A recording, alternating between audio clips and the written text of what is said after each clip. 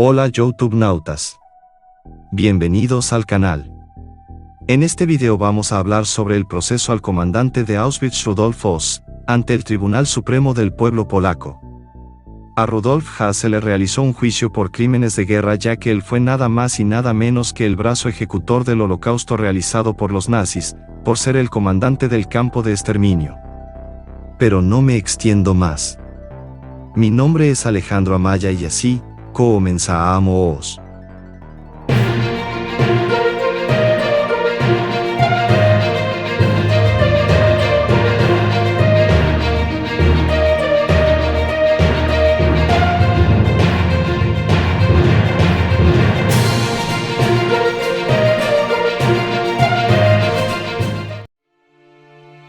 Durante los meses en que estuvo detenido en la cárcel de Cracovia en espera de ser procesado, Rudolf Franz Höss, ex jefe del campo de exterminación de Auschwitz, escribió un manuscrito de memorias en las que decía, entre otras cosas: Mi existencia ha sido muy agitada. El destino me elevó a las más altas cimas y me empujó al fondo de los abismos. Las circunstancias de la vida me pusieron a prueba muchas veces, pero siempre supe superarlas y nunca perdí mi estado de ánimo. Desde el momento en que volví de una guerra, en 1914 a 1918, en la que me alisté siendo un muchacho, hubo dos estrellas que me indicaron mi camino, mi patria y mi familia. Mi apasionado amor por mi patria y mi conciencia nacional me llevaron a alistarme en el Partido Nacionalsocialista y en la CSS. Considero que la doctrina filosófica del nacionalsocialismo es la única adecuada a la naturaleza alemana. A mi juicio, las SS eran los defensores activos de aquella filosofía, capaz de conducir a todo el pueblo alemán a una existencia conforme a su naturaleza. La familia ha sido para mí algo absolutamente sagrado, a la que estoy unido por lazos indisolubles. Siempre me preocupó su futuro. Nuestro verdadero hogar debía ser una granja en el campo. Para mi mujer y para mí, los hijos representaban el sentido de nuestra existencia. Quisimos darles una buena educación y dejarles como herencia una patria poderosa. También hoy todos mis pensamientos van dirigidos hacia mi familia. ¿Qué harán? La incertidumbre que me asalta me hace más penosa mi prisión. Sacrifiqué mi vida una vez por todas. Es algo que ya pasó y de lo que no volveré a ocuparme. ¿Pero qué harán mi mujer y mis hijos? Mi destino ha sido caprichoso. Mi vida ha estado pendiente de un hilo con mucha frecuencia, durante la Primera Guerra Mundial, en los combates cuerpo a cuerpo, en los accidentes del trabajo. Mi automóvil chocó con un autocar y logré escapar a la muerte. Caí desde un caballo sobre una roca y por poco fui aplastado por la montura. Solo resulté con algunas costillas fracturadas. Durante los bombardeos aéreos creí más de una vez que había llegado mi último momento, pero no me ocurrió nada. Poco antes de la evacuación de Ravensbrück fui víctima de un accidente automovilístico y todos me creían muerto. Sin embargo, una vez más, logré salvarme. La ampolla de veneno que llevaba siempre conmigo se rompió poco antes de ser detenido. El destino me salvó siempre de la muerte, para sufrir ahora un fin degradante. Cuánto envidio a los camaradas que cayeron luchando en el campo del honor. Yo era un engranaje inconsciente de la inmensa máquina de exterminio del Reich. La máquina se rompió, el motor desapareció y debo desaparecer yo también. El mundo lo exige. Pueden continuar considerándome un animal salvaje, un cruel sádico, el asesino de millones de seres humanos. Las masas nunca podrán pensar de otro modo sobre el excomandante del campo de Auschwitz. Nunca podrán entender que también yo tenía corazón. Cracovia, febrero de 1947. Rudolf Höss. 3 millones de muertos en total. Este fue el número de víctimas del campo de Auschwitz, según su propio comandante, el ex Obersturmbannführer, teniente coronel de las SS Rudolf Höss, quien durante 3 años y medio había dirigido el campo de exterminio de Auschwitz y que puede ser, por lo tanto, considerado comandante de Auschwitz. Fue entregado por los ingleses a Polonia el 25 de mayo de 1946.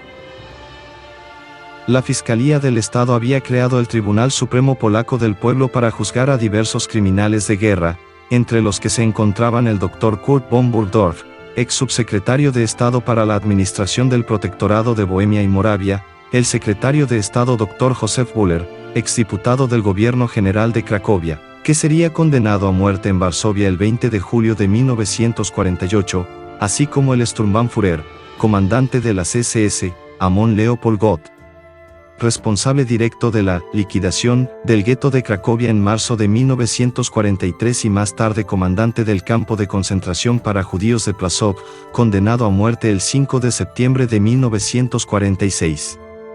El Tribunal Supremo del Pueblo acusó a Oz, detenido en la prisión de Cracovia, de genocidio y delitos contra la humanidad. Al recibir los documentos del tribunal, Oz preparó su defensa con su abogado de oficio, mientras, desde septiembre de 1946 a enero de 1947, varios jueces realizaban una profunda investigación sobre él. El proceso público tuvo lugar en Varsovia y comenzó el 11 de marzo de 1947. La sala era una gran dependencia del segundo piso del Palacio de Justicia. El acusado permanecía en su escaño bajo la tarima donde estaba el tribunal. Tenía ante sí un micrófono y podía seguir el proceso en polaco mediante unos auriculares de traducción simultánea. El fiscal, Smorski, dio lectura a la acusación y a todos los actos realizados por el acusado, incluida una prolongada inspección ocular judicial de 6 días en el campo de exterminio de Auschwitz. Tras la lectura del pliego de cargos, Oz pidió la palabra, que le fue concedida. Solo yo soy responsable de lo que ocurrió en Auschwitz, dijo. Mis subordinados no tienen nada que ver. Únicamente deseo rectificar algunos hechos por los que soy acusado personalmente. Hablará en su momento. Siéntese. Nombre y apellido. Oz, me llamo Rudolf Franz Xavier Oz. ¿Dónde y cuándo nació usted? En Baden, en 1900. Firmó el acusado una declaración jurada a petición de la acusación del Tribunal de Nuremberg en 1946? Sí. Pido sea mostrada al acusado la traducción del documento 3868, PS, que fue archivado en Nuremberg como Exhibit Estados Unidos 819. Conteste el acusado si esta declaración la firmó voluntariamente. Sí. ¿Responde esta declaración a la verdad? Sí, señor, naturalmente. El acusado tiene ante sí una copia en alemán. ¿Le importa seguirme mientras la leo? En absoluto. Dejamos el párrafo 1 y pasamos al 2. Pertenecía al cuerpo de la administración de los campos de concentración desde 1934. Presté mis servicios en Dachau hasta 1938 y luego en Sachsenhausen, como ayudante, hasta el 1 de mayo de 1940, fecha en que fui nombrado comandante de Auschwitz. Dirigí Auschwitz hasta el 7 de diciembre de 1943 y calculo que, al menos, 2.500.000 detenidos fueron exterminados con gas y quemados sus cuerpos, mientras que otro 500.000 murió de hambre y de enfermedades, aproximándose el total a 3 millones. Esta cifra significa el 70 u 80% de las personas enviadas a Auschwitz, y el resto fue seleccionado para trabajos forzados en fábricas del campo. Entre los muertos había casi 20.000 prisioneros de guerra rusos, que habían sido trasladados de los campos de detenidos por la Gestapo. Estos rusos fueron llevados a Auschwitz en trenes de la Wehrmacht, conducidos y escoltados por soldados y oficiales regulares de la Wehrmacht. Entre las víctimas había 100.000 judíos alemanes y gran número de civiles judíos de Holanda, Francia, Bélgica, Polonia, Hungría, Checoslovaquia, Grecia y otros países. Solo en el verano de 1944 exterminamos en Auschwitz judíos húngaros. Conteste el acusado si esto corresponde a la verdad. Sí. Es verdad. En el párrafo 4 se lee: las ejecuciones en masa con gas comenzaron en el verano de 1941 y continuaron hasta el otoño de 1944.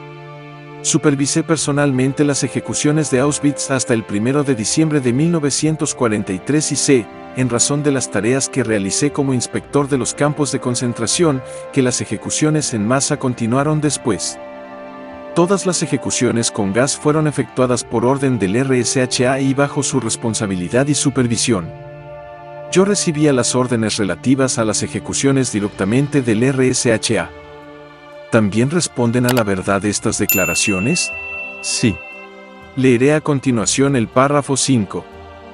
El 1 de diciembre de 1943 me hicieron jefe de la UNT-1 de la Gruppe del WVHA, inspección de los campos de concentración, y como tal era responsable de las cuestiones que surgieran entre el RSHA y los campos de concentración administrados por el WVHA. Permanecí en este cargo hasta finalizar la guerra. Paul, jefe del WVHA, y Kaltenbrunner, jefe del RSHA, mantuvieron conmigo conversaciones y cartas referentes a los campos de concentración. Como el acusado ya nos ha contado de viva voz su conversación con Himmler en Berlín, omito de momento el resto del párrafo 5. Anillos y dientes de oro arrebatados a los cadáveres. Leeré el párrafo número 6, que dice, la solución final del problema judío suponía el exterminio total de los judíos de Europa.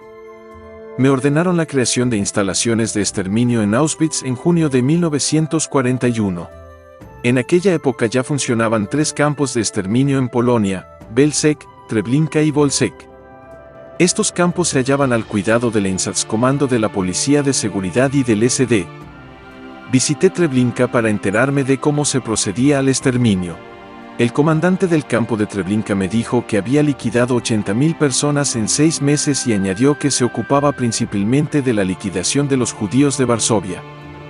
Utilizaba el monóxido de carbono, pero no me pareció que el método fuese muy eficaz. Por ello, al construir en Auschwitz las instalaciones de exterminio, recurrí al ciclón B, ácido prúsico en cristales que se dejaba caer en la cámara de la muerte por una pequeña abertura. Se necesitaban de 3 a 15 minutos para matar a los detenidos encerrados en la cámara de gas, según las condiciones climáticas. Sabíamos que habían muerto cuando cesaban de oírse sus gritos. Normalmente, esperábamos media hora más antes de abrir las puertas y retirar los cadáveres. Una vez retirados los cadáveres, nuestros comandos especiales arrebataban a las víctimas sus anillos y dientes de oro.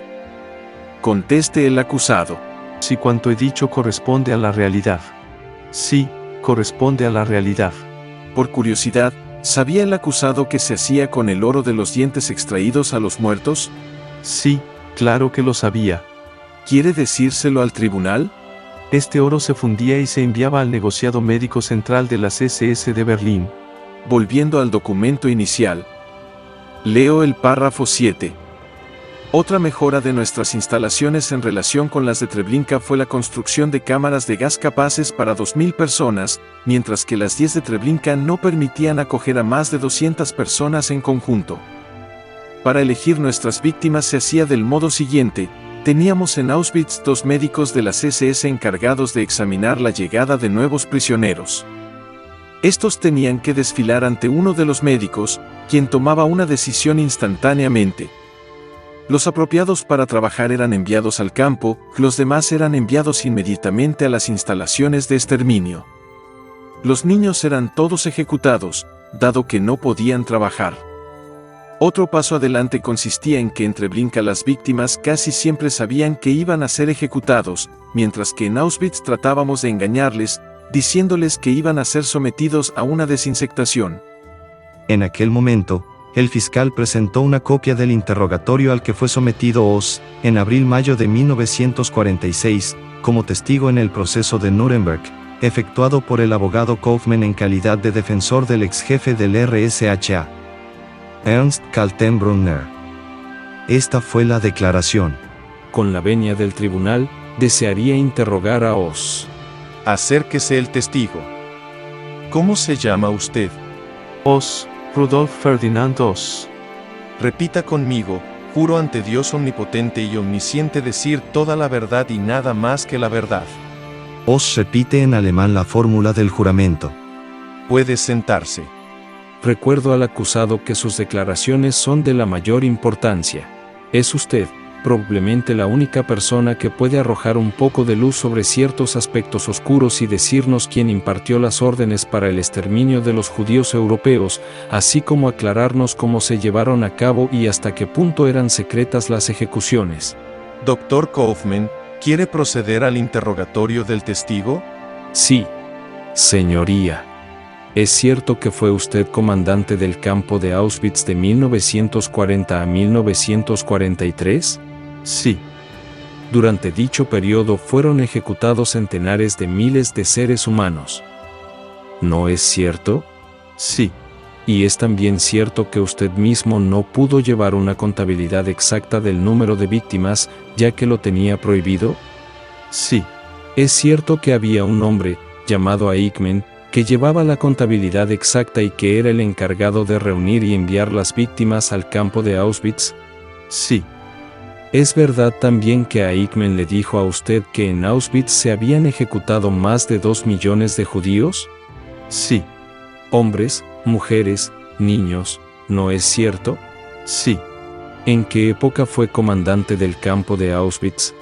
Desde mayo de 1940 hasta diciembre de 1943. ¿Cuál fue el número máximo de detenidos en el mismo periodo en Auschwitz? El número máximo de detenidos en Auschwitz fue de 140.000 entre hombres y mujeres. ¿Tendría inconveniente en decirnos si es verdad que el campo de Auschwitz se hallaba completamente aislado, así como cuáles eran las medidas adoptadas para asegurar que la ejecución de las órdenes sería totalmente secreta? El campo de Auschwitz se hallaba a unos 3 kilómetros del pueblo más próximo. Se habían evacuado de habitantes unos 30.000 acres de terreno y a ellos solo tenían acceso los SS y los empleados civiles provistos de un salvoconducto especial. El complejo llamado Birkenau, donde luego se construiría el campo de exterminio, se hallaba a 2 kilómetros de distancia del campo de Auschwitz propiamente dicho. En lo que se refiere a las instalaciones del campo, o, mejor dicho, a las instalaciones provisionales utilizadas al principio, estas se encontraban en medio del bosque y no podían verse desde fuera. Además, toda la zona había sido declarada área militar, y a ella no tenían acceso ni siquiera los miembros de las SS que no dispusieran de un pase especial. Fue después cuando empezaron a llegar los transportes, ¿no es cierto? ¿En qué época llegaron y cuántas personas había en cada uno de ellos? Durante todo el periodo, hasta 1944, se realizaron, con intervalos y en varios países europeos, una serie de operaciones que no permiten hablar de una afluencia continua de transportes. Existían periodos críticos que duraban de 4 a 6 semanas, durante los cuales llegaban 2 o 3 trenes al día, con 2.000 personas cada uno. Los trenes se detenían en la estación de Birkenau, donde se separaban las locomotoras para partir de nuevo. El personal de escolta que había acompañado a los prisioneros tenía que partir también, y los detenidos quedaban en manos de los guardianes del campo. Luego eran examinados por 2 médicos del campo, oficiales de las SS, quienes decidían su destino. Los internados que eran considerados aptos para el trabajo eran trasladados inmediatamente a Auschwitz o Birkenau, y el resto, conducidos a las instalaciones provisionales y a los crematorios. Durante el interrogatorio de hace unos días usted me dijo que eran unos 60 los hombres encargados de recibir los transportes, y que esos 60 hombres estaban obligados a mantener el secreto a que se refirió anteriormente. ¿Mantiene lo que dijo entonces? Sí, esos 60 hombres estaban encargados de llevar a los internados inútiles para el trabajo a las instalaciones que he mencionado.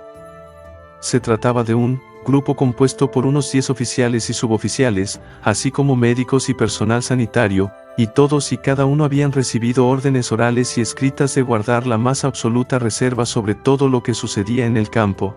Una persona ajena, al llegar los trenes, podría imaginarse que los detenidos encerrados en los vagones iban a ser ejecutados, o no existía esta posibilidad, dado que a Auschwitz llegaba un número cada vez mayor de convoys cargados de material.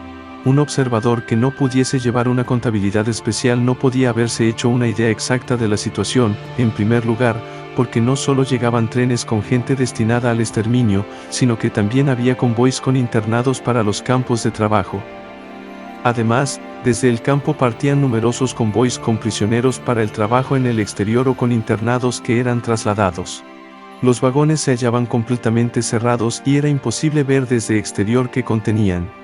Eso sin contar que cada día llegaban al campo 100 vagones de materiales, víveres, etc., y otros tantos salían del campo, donde se fabricaba material bélico. ¿Inspeccionó personalmente Himmler el campo y asistió al procedimiento de exterminio? Sí, Himmler visitó el campo en 1942 y asistió de cerca de una de las operaciones, desde el principio hasta el final. ¿Se puede decir lo mismo de Eichmann? Eichmann fue varias veces al campo de Auschwitz y se encontraba completamente al tanto del procedimiento. Una vez concluida la audición del interrogatorio grabado en el proceso de Nuremberg, y tras oír los testimonios de algunos alemanes, que confirmaron el papel desempeñado por Oss en la administración de los campos de concentración, el fiscal procedió a proyectar en la sala un documental soviético filmado en el campo de concentración de Auschwitz al día siguiente de la llegada de las tropas rusas, el 19 de marzo de 1945, montones de cadáveres sin incinerar, escenas de moribundos y prisioneros en los barracones que conmovieron a los jueces y al público. Oss mantuvo siempre la mirada clavada en el suelo. En la sesión siguiente, Zorsky, del Ministerio Público, completó el interrogatorio del acusado en lo referente a los horrores de Auschwitz, empezando por el momento en que Oss, a petición del Reichsführer SS Himmler, se ocupó activamente de la solución final del problema judío. Himmler le confió la dirección de Auschwitz. Acusado Oss, ¿cómo se convirtió en comandante del Auschwitz? Fue en el verano de 1941. Ahora no podría decir la fecha exacta, pero recuerdo que fui citado por el Reichsführer, en Berlín, por medio de su ayudante. Contra lo que era costumbre en él, Himmler me recibió sin que se hallase presente ninguno de sus ayudantes y me dijo, más o menos, lo que sigue. El Führer ha ordenado que se proceda a la solución definitiva del problema judío y las SS son las encargadas de llevar a cabo esta orden. Los centros de exterminio que funcionan actualmente en territorio oriental no están capacitados, ni mucho menos, para afrontar las colosales acciones previstas. Para ello ha elegido Auschwitz, en primer lugar, por su óptima situación desde el punto de vista de las comunicaciones y, en segundo, porque el territorio de este campo puede ser aislado y camuflado fácilmente. Para esta tarea había pensado en elegir a un alto oficial de las SS, pero, para evitar las dificultades iniciales debidas a la incompetencia, he abandonado esta idea y será usted el encargado de cumplir esta misión. Se trata de un trabajo duro y difícil que requiere una total entrega y una previsión de las dificultades futuras. ¿Fue eso todo lo que le dijo Himmler? No, estuvo hablándome bastante tiempo y me explicó que los demás detalles me serían indicados por el Sturmbannführer Eichmann, del RSHA, quien me visitaría lo más pronto posible. Y añadió, todos los oficiales que de un modo u otro participen en esta misión serán informados por mí a su debido tiempo. Tiene usted la obligación de mantener el más absoluto secreto sobre esta orden y ello es válido incluso ante sus superiores. Tan pronto haya hablado con Eichmann, envíeme los planos de las instalaciones previstas.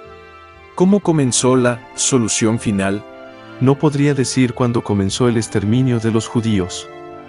Es posible que se empezase ya en septiembre de 1941 o tal vez fue en enero de 1942. La primera operación se realizó con judíos de la Alta Silesia Oriental, detenidos por la policía de Katowice y conducidos en tren hasta una desviación de la parte occidental de la línea Auschwitz-Sietsice, donde descendieron de los trenes.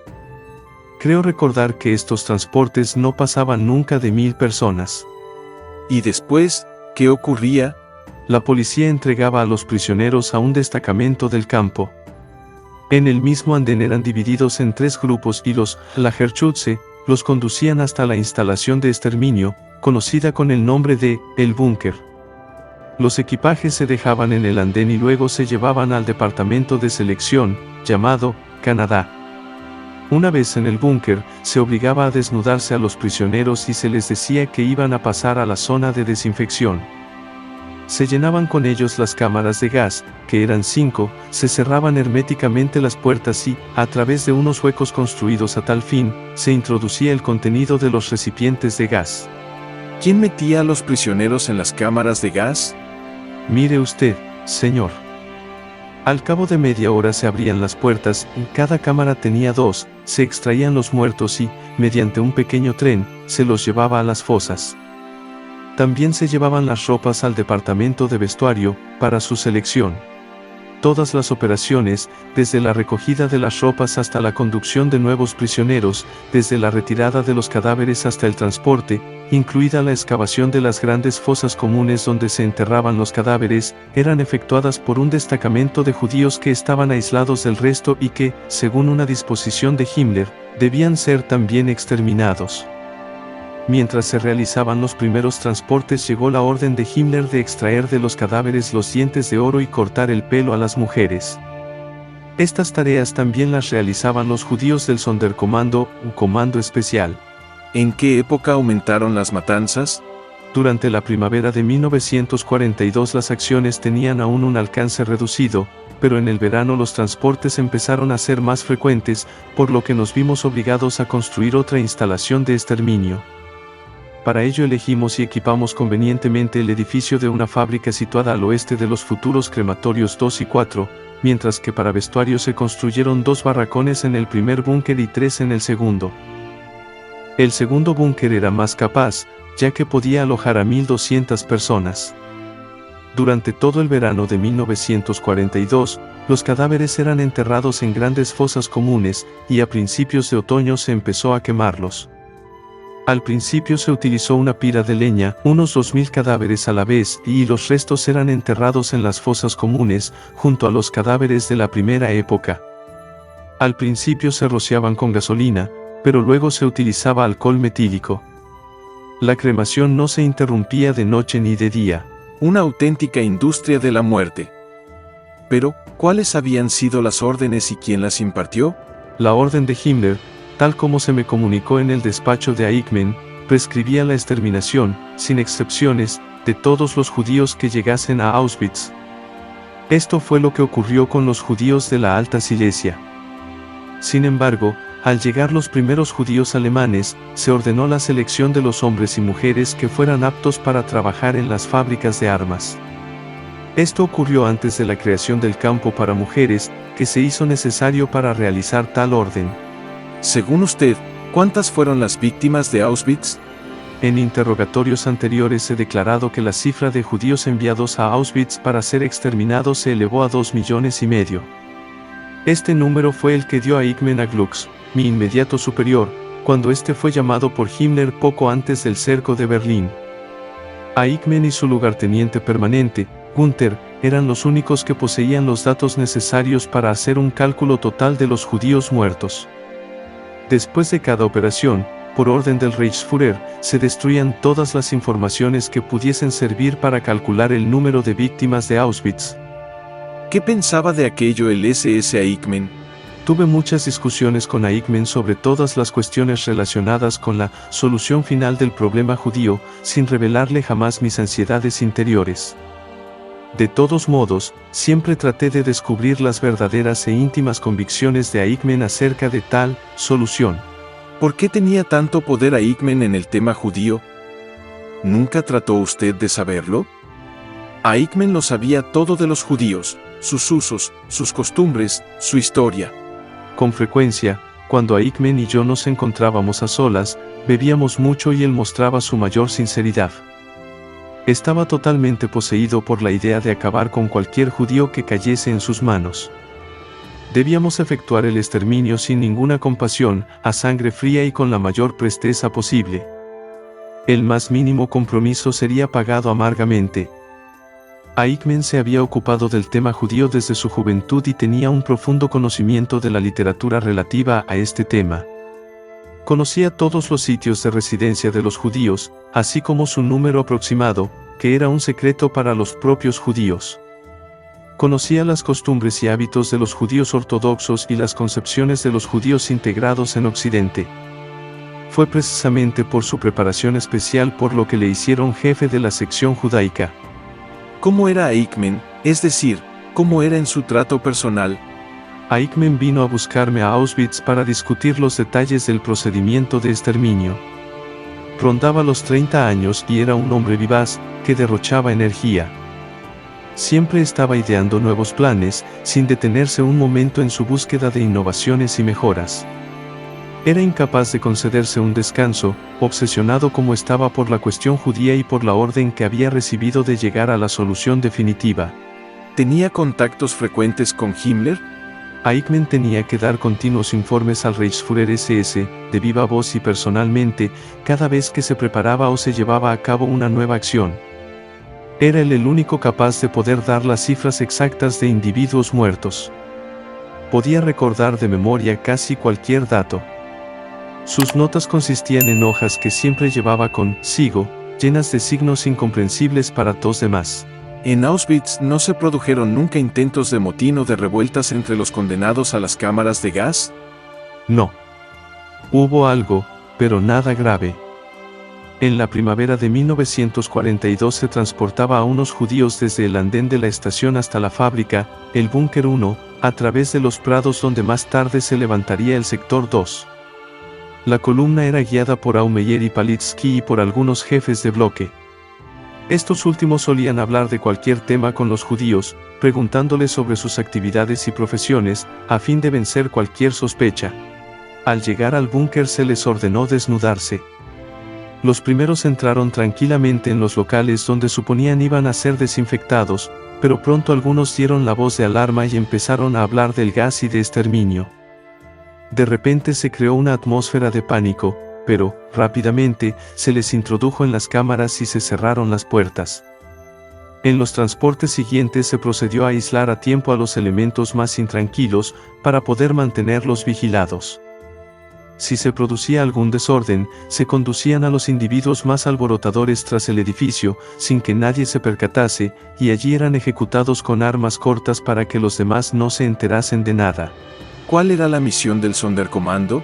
Era de vital importancia que toda la operación de la llegada y preparación tuviese lugar en total calma, y que no hubiese ni gritos ni excitación. Si alguien se negaba a desnudarse, debían intervenir para ayudarlo otros que ya lo habían hecho o los del Sonderkommando. Los más obstinados eran tranquilizados y persuadidos con buenas maneras. Los prisioneros del Sonderkommando procuraban también que la operación se realizase con la mayor rapidez, para que las víctimas no tuvieran tiempo de meditar acerca de lo que les iba a suceder. ¿Y por qué se recurría a los Sonderkommandos? Por medidas de seguridad.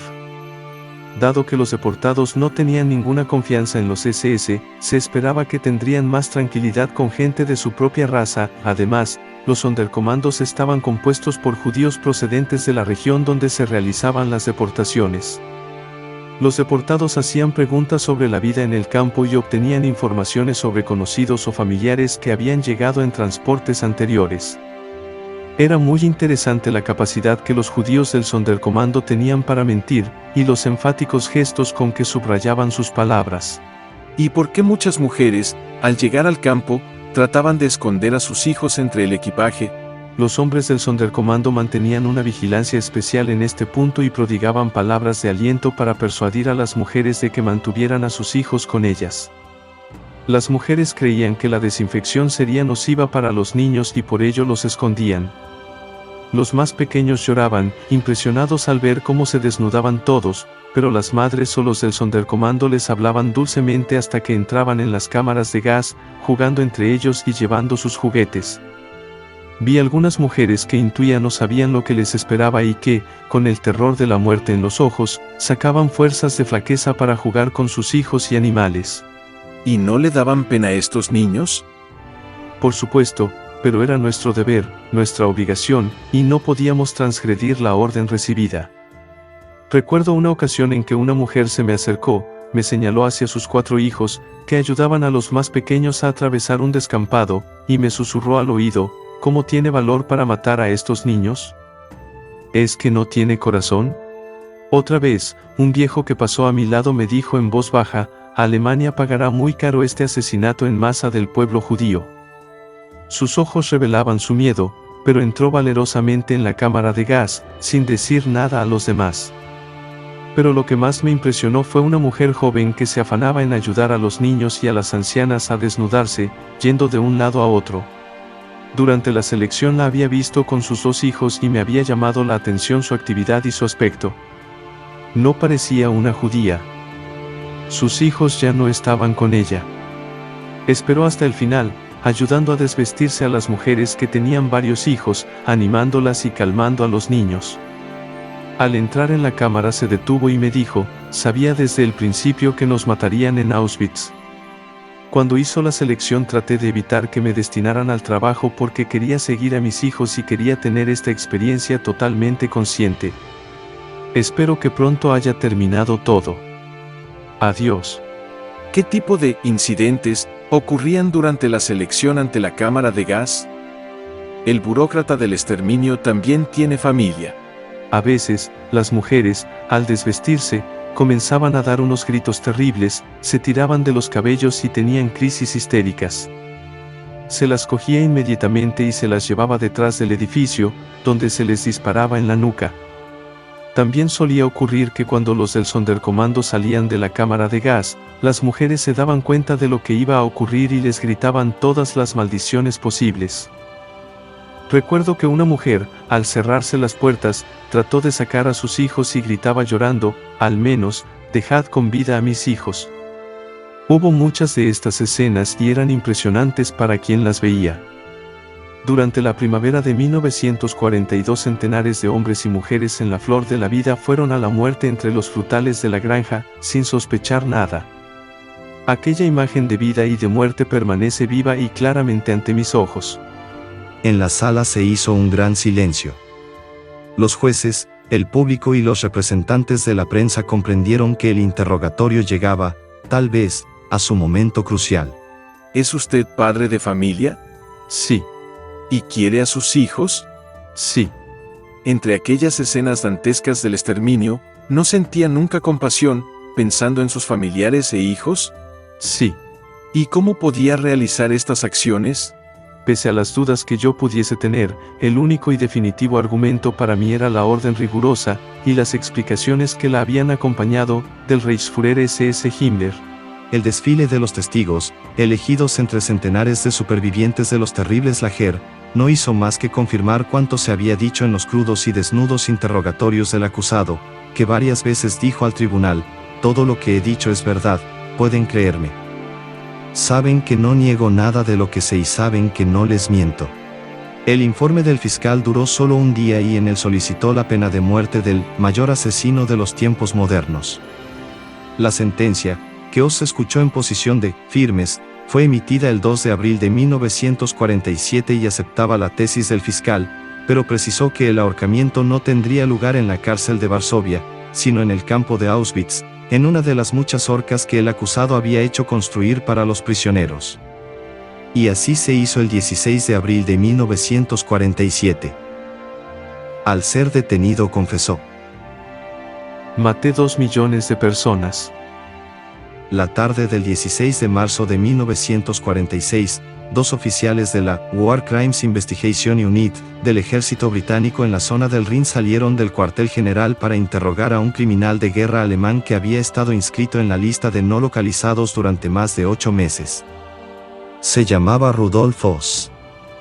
Tras su detención, que tuvo lugar en Flensburg, en la frontera entre Dinamarca y Schleswig-Holstein, había sido conducido al War Crimes Investigation Center, en la antigua e histórica ciudad de Minden. El edificio donde estaba este organismo había sido antes una prisión militar del ejército alemán y se le conocía generalmente por su extraño nombre cifrado, Tematou. Voss ya había estado con anterioridad bajo custodia británica. De hecho prisionero en 1945, junto a centenares de miles de alemanes, pero no se llegó a saber su verdadera identidad, por lo que le enviaron a trabajar a una granja, donde permaneció 8 meses. Al cabo de este tiempo, la justicia consiguió ponerle las manos encima. Cuando los 2 oficiales llegaron a Tematou, Voss fue conducido ante ellos. Sin embargo, no le hicieron ninguna pregunta, limitándose a asegurarse de su verdadera identidad. El de más edad de los 2 había estudiado durante varios meses los acontecimientos de Auschwitz y de otros campos de concentración y había acumulado una enorme cantidad de pruebas irrefutables. Le faltaba muy poco, por no decir nada, para completar el cuadro. Sin embargo, antes de abandonar el centro de investigación, para regresar a su cuartel general del ejército del Rin, los oficiales encargados de la investigación preguntaron al excomandante de Auschwitz lo que los ingleses ya sabían en relación con todo el proceso de exterminio que tuvo lugar en su campo y en relación con la parte que le correspondía a él. Con un lenguaje decoroso pero inequívoco expresaron abiertamente a Oz lo que pensaban de él y de las personas como él y le comunicaron que en su momento sería juzgado por un tribunal militar. Antes de concluir el interrogatorio le preguntaron el número de personas de cuya muerte era responsable directo por haberlas enviado a las cámaras de gas en el periodo en que había sido comandante de Auschwitz. Tras reflexionar durante unos instantes, admitió que debían ser unos 2 millones y firmó una declaración en este sentido. Al preguntarle si no pensaba que la cifra era más elevada, respondió que el número total era mayor, pero añadió que él no era responsable de lo que había sucedido después de su partida, y que en diciembre de 1943 había dejado el mando del campo para asumir un cargo administrativo. La declaración de Oz, efectuada voluntariamente por él, era la siguiente: declaración voluntariamente efectuada en la prisión de... El nombre estaba tachado, por Rudolf Oz, excomandante del campo de concentración de Auschwitz, el 16 de marzo de 1946. Basándome en la orden recibida de Himmler en mayo de 1941, procedí al gaseo de 2 millones de personas entre junio-julio de 1941 y finales de 1943, es decir, durante el periodo en que fui comandante de Auschwitz. Firmado, Rudolf Oz. Así era Auschwitz, Polonia, en polaco Auschwitzem. Célebre grupo de campos de trabajos forzados, experiencias biológicas y destrucción, a 60 kilómetros de Cracovia. Su creación fue decidida a finales de 1939 y la organización fue confiada a un favorito del nazismo, el coronel de las SS Rudolf Oz, nombrado oficialmente comandante el 4 de mayo de 1940. Procedía de Sachsenhausen, donde había desempeñado el cargo de vicecomandante desde 1938. En 1934, en su calidad de Blockführer, había estado en Dachau.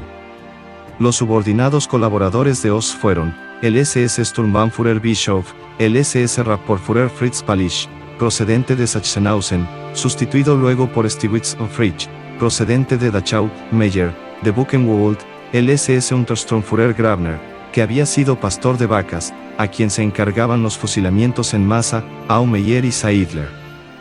Especialmente despiadado era el jefe del bloque 11, Krankemann, un deportado por delitos comunes, conocido como el conductor del famoso rodillo compresor al que uncía como animales a los curas católicos.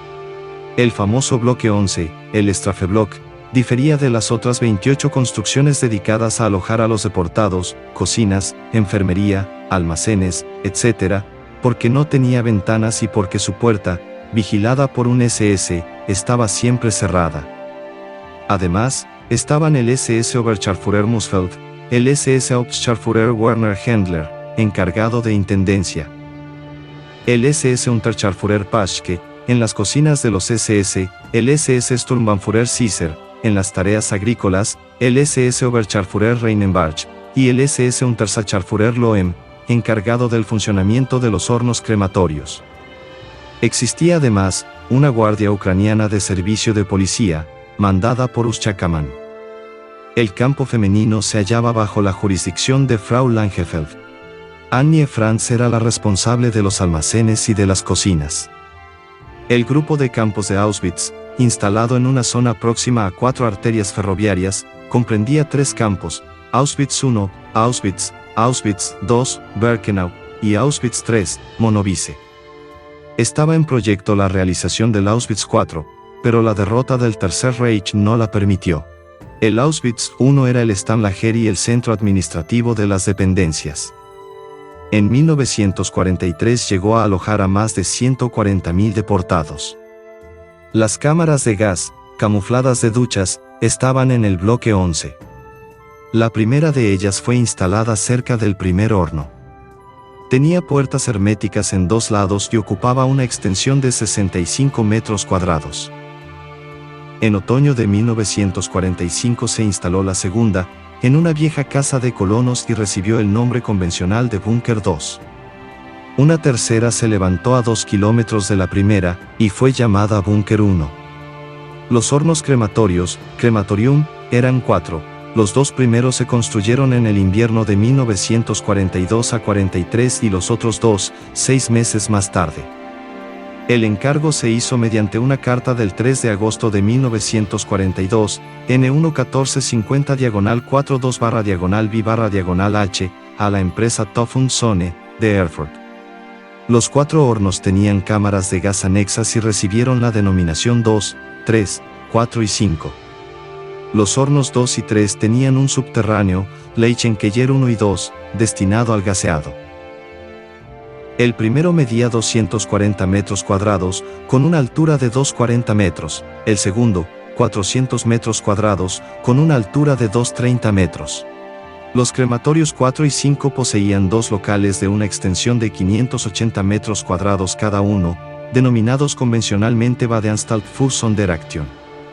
Su verdadera finalidad se especifica en una carta de Bischof a Kammler, 29 de enero de 1943, número 2250-43. A la inauguración de los hornos 1 y 2 acudieron desde Berlín personalidades del gobierno, con Himmler a la cabeza. La prueba se hizo con 8.000 judíos de Cracovia.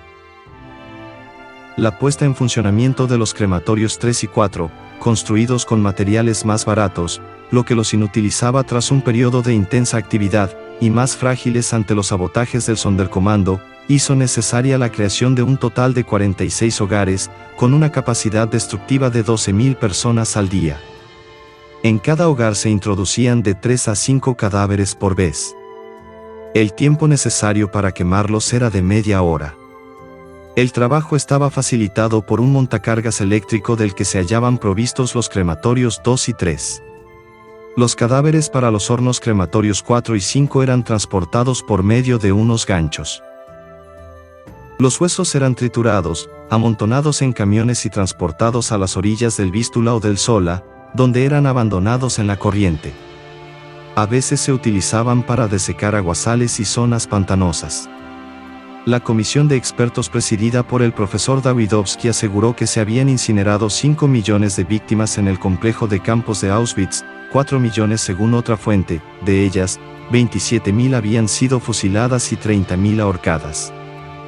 Los restos de los archivos recuperados, en especial una parte de un Totenbuch, libro de fallecimientos, admiten, para el periodo comprendido entre el 7 de octubre de 1941 y el 28 de febrero de 1942 el asesinato de 8.320 prisioneros, con una media de 58 por día, excepto el 4 de noviembre de 1941, que registró 352 muertos.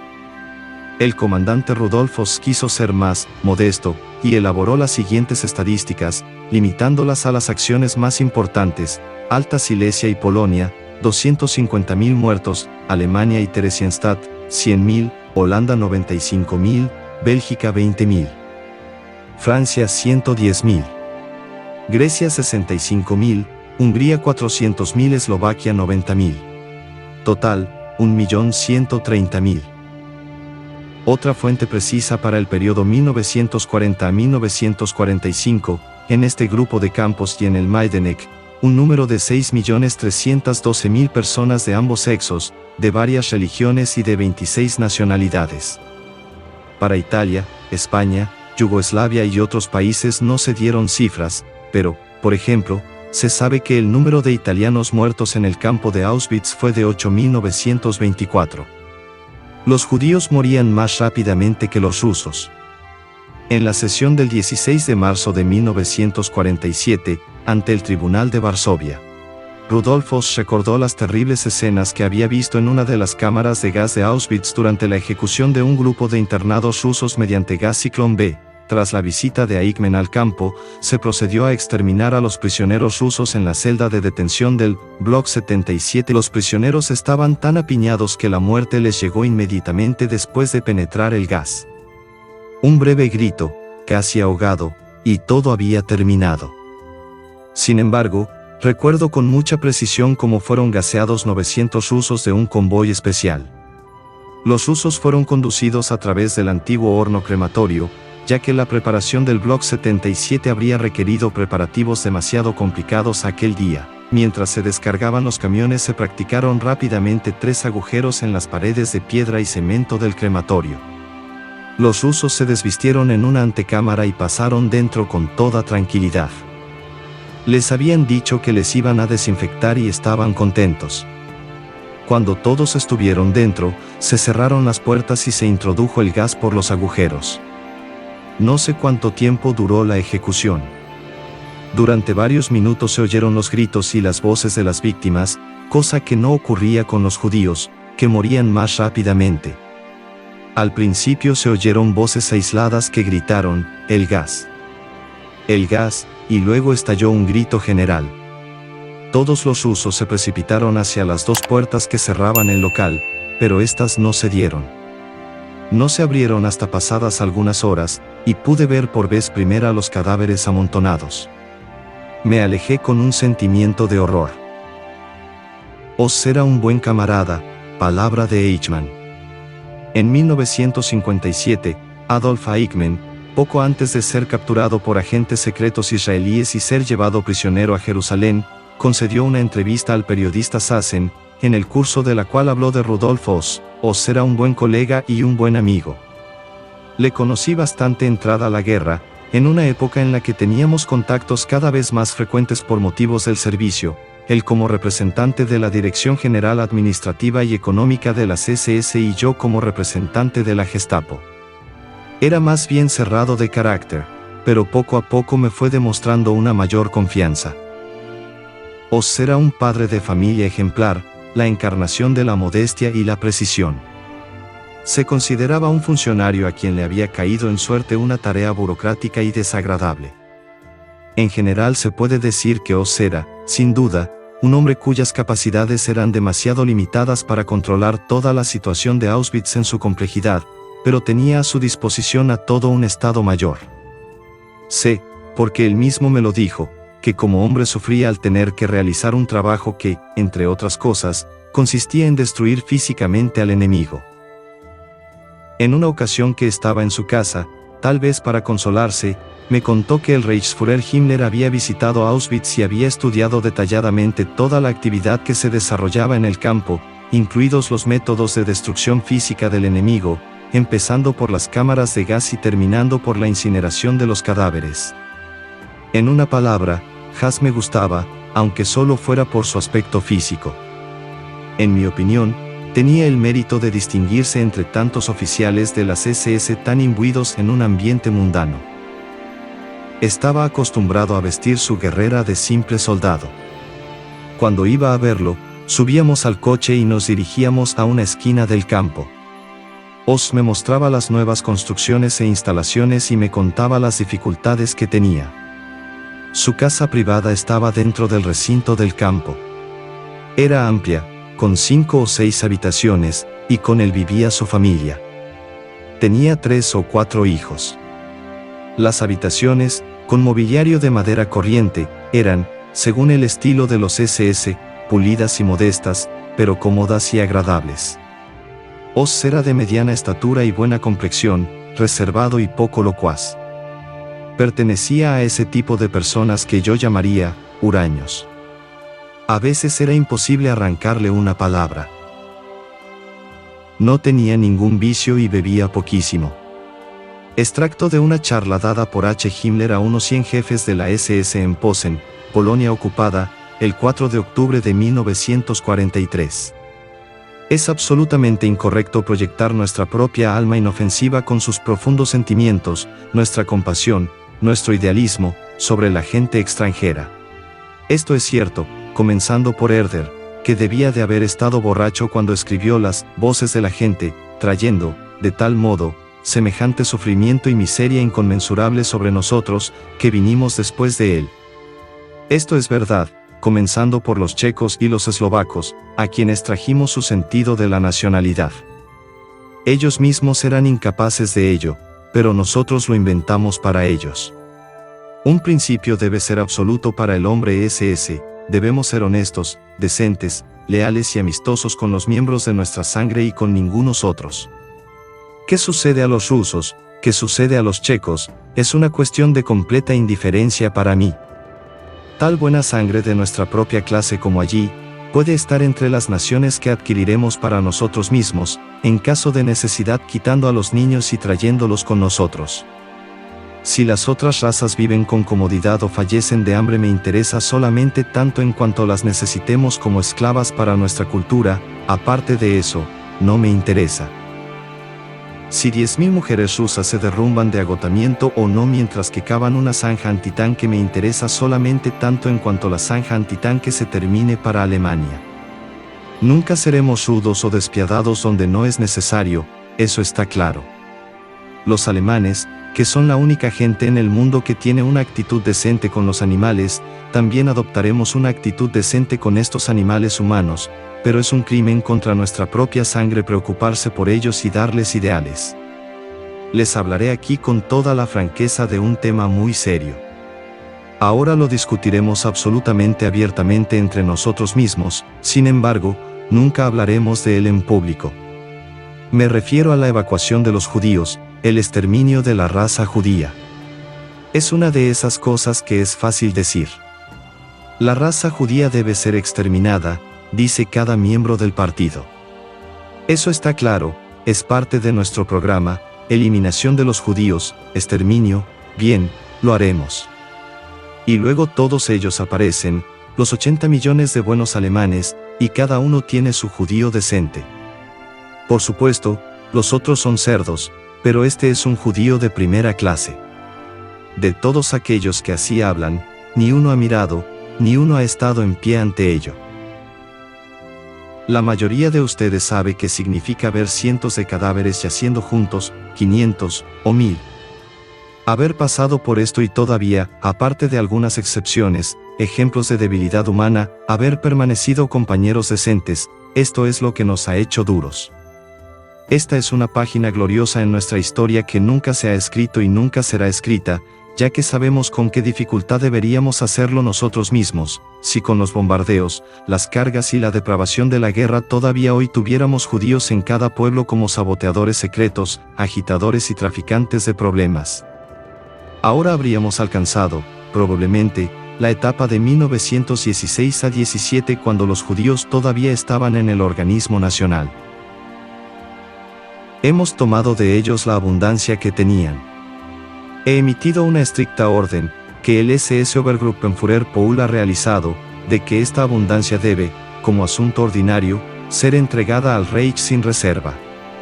Tenemos el derecho moral, tenemos la tarea para nuestro pueblo de destruir esta gente que quiso destruirnos. En conjunto, sin embargo, podemos decir que hemos satisfecho este más difícil deber por el amor de nuestra gente. Y nuestro espíritu, nuestra alma, nuestro carácter no ha sufrido lesión por ello. Y bueno youtubnautas, esto fue todo sobre el juicio de Rudolf Haas, comandante de Auschwitz. ¿Qué les pareció? Fuerte, ¿verdad?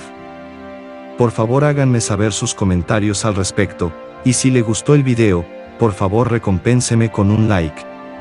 Y si además te gusta el contenido del canal, el cual tiene una temática muy variada, pues te invito a suscribirte y activar la campanita para que no te pierdas ninguna de mis historias. Y si desean conocer otra historia, díganme. Hasta la próxima. Chao.